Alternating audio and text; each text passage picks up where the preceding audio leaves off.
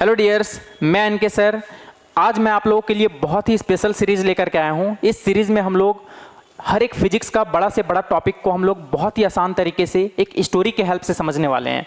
तो आज का हमारा स्टोरी है मोमेंटम से रिलेटेड। देखो यार, मोमेंटम जो है अधिकतर लोगों को टफ लगता है, लेकिन इस शानदार से स्टोरी से आप लोगों को बहुत ही मज़ा आने वाला है। तो चलो हम लोग स्टोरी स्टार्ट करते हैं। एक जंगल था और एक जंगल में जो है एक शेर राजा रहा करते थे। शेर राजा को हमेशा इस बात का चिंता रहता था कि यार अभी मेरे पास एनर्जी है तो मैं शिकार करके खा पा रहा हूँ, ठीक है, लेकिन जब मेरे पास एनर्जी नहीं होगा, जब मैं बूढ़ा हो जाऊंगा तो मेरे लिए शिकार कौन कर देगा, इट मीन्स मेरा देखभाल कौन करने वाला है। तो उसने सोचा कि क्यों ना अभी से ही शिकार का व्यवस्था कर लिया जाए पूरा लाइफ टाइम के लिए। तो उसने दिमाग लगाया और एक गाँव में एंट्री किया, ठीक है, और वहाँ से एक बहुत ही भोला भाला इंसान को उठा करके ले आए जंगल, ठीक है। अब शेर राजा उसको बहुत ही बड़ा धमकी दे दिए कि जब तक तुम मेरे लिए शिकार नहीं करोगे, पर डे मुझे एक शिकार चाहिए, और अगर जिस दिन कमी हुआ उस दिन तुम्हारा पूरा फैमिली को तहस नहस कर दिया जाएगा। अब वो बेचारा डर गया और वो शेर राजा से जो है प्रॉमिस कर लिया कि हाँ, पर डे जो है मैं आपके लिए एक शिकार ले आया करूँगा, चाहे वो जानवर का हो या फिर इंसान का हो, ठीक है। अब वो इंसान जो है पर डे बोला ठीक है जाओ, तुमको माफ़ किए, अभी तो तुमको कुछ करने वाले हैं नहीं, लेकिन तुम जिस दिन भी शिकार नहीं करके लाओगे उस दिन तुम्हारा फैमिली के साथ साथ तुम्हें भी तहस नहस कर दूंगा। और वो इंसान को बोल दिया गया कि जाओ, आज से ही तुम्हारा काम शुरू होता है। और वो बेचारा अपना शिकार करने के लिए लग गया, ठीक है। अब वो पर डे जो है शेर राजा के लिए एक एक शिकार ले आया करता, लेकिन शेर राजा सोचे कि यार इतना सारा शिकार को रखूंगा कहाँ। तो उसने एक व्यवस्था किया कि एक बहुत बड़ा गुफा का, जिसमें एक बहुत हैवी दरवाज़ा लगा दिया, इसलिए चूंकि कोई भाग ना जाए, ठीक है। तो शेर राजा के लिए तो पर डे शिकार आ जाता था और वो उस शिकार को जो है गुफा में डाल देते थे, ठीक है। अब वो सोचा कि जब तक मेरे पास एनर्जी है तब तक मैं अपना शिकार करके खाऊंगा, और उसके बाद जो इंसान ये ला रहा है उसके लिए वो इकट्ठा करके रख लेंगे इन फ्यूचर के लिए, ठीक है। अब हुआ क्या कि शेर राजा को एक दिन लगा यार ये इंसान जो है बहुत ही भला है, और शेर राजा इतना भी बुरा नहीं था, थोड़ा अच्छा नेचर का था, ठीक है। तो ये मेरे लिए इतना भला कर रहा है, चलो अब इनफ है मेरे लिए, इतना शिकार मेरे लिए बहुत है, लाइफ टाइम का बहुत इतना ज़्यादा हो गया कि कमी नहीं होने वाला है। तो क्यों ना इस इंसान को आज़ाद कर दिया जाए। आज़ाद कहने का मतलब यार वो नहीं कि इस इंसान को खा लें, ठीक है, नहीं, वैसा मन में नहीं था, ठीक है। तो वो सोचे कि चलो इसको अब आज़ाद कर देते हैं, ये अपना फैमिली के साथ अपना जीवन जिएगा बढ़िया से, ठीक है। अब उस इंसान को बुला करके शेर राजा जो है बोल दिए कि जाओ तुम आज के बाद आज़ाद हो, ठीक है। तो आज़ाद वर्ड सुन के वो भी डर गया कि कहीं हमेशा के लिए तो आज़ाद नहीं कर दिया जाएगा, ठीक है, लेकिन ऐसा नहीं था। बोला जाओ आज के बाद तुम्हें मेरे लिए कोई काम करने का ज़रूरत नहीं है, और तुम्हें लाइफ टाइम में कभी भी मेरा ज़रूरत पड़ेगा तो तुम मेरा याद करना, ठीक है। और वो बेचारा वहाँ से चला गया।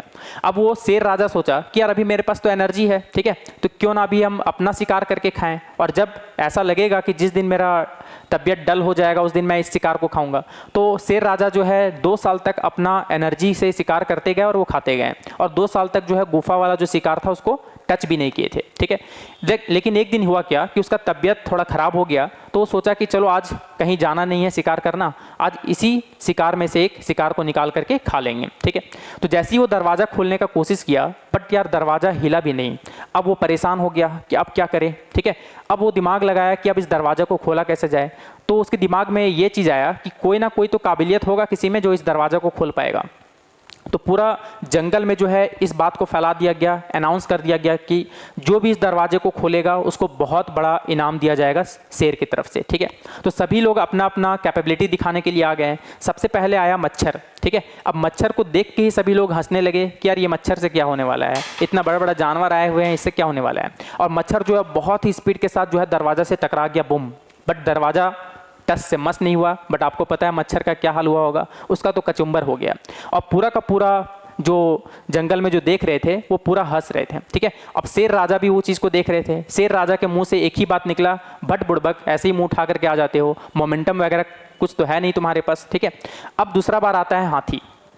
हाथी जो है एकदम मस्त है ना, डोलते मोलते जो है एक्चुअली में दरवाजा से टकरा गया, लेकिन दरवाजा थोड़ा सा हिला, लेकिन वो एक्चुअली में टूटा नहीं। फिर शेर राजा के मुंह से एक ही बात निकला कि मोमेंटम वगैरह है नहीं, ऐसे ही मुंह उठा करके आ जाते हो बुड़बक कहीं का, ठीक है। अब उसके बाद आता है गेंडा। गेंडा जो है बहुत ही स्पीड के साथ जाकर के दरवाजा से टकरा जाता है और दरवाजा जो है वाकई में टूट जाता है। अब शेर राजा के मुंह से एक ही बात निकलता है कि देखो इसको कहते हैं बुड़बक लोग, इसको कहते हैं मोमेंटम, तुम लोग के पास मोमेंटम नाम का चीज़ तो है नहीं और ऐसे ही मुंह उठा करके आ जाते हो, ठीक है। अब शेर राजा के मुंह से जो ये वर्ड निकला मोमेंटम, अब सभी लोग सभा में आश्चर्य हो गए, है ना, कि एक्चुअली में ये मोमेंटम है क्या, ठीक है।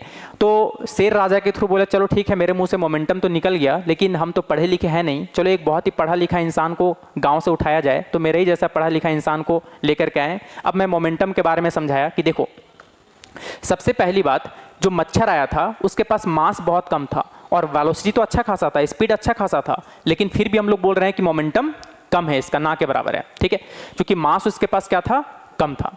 दूसरा, जो हाथी आया था उसके पास मास तो अच्छा खासा था लेकिन स्पीड नहीं था, इट मींस वेलोसिटी नहीं था, तो भी शेर राजा बोले कि इसमें मोमेंटम नहीं है, ठीक है। लेकिन तीसरा चीज देखो यार, जो गेंडा आया, गेंडा के पास मास भी है और वेलोसिटी भी है, इट मींस स्पीड भी अच्छा खासा था, इसलिए दरवाजा टूट गया, ठीक है।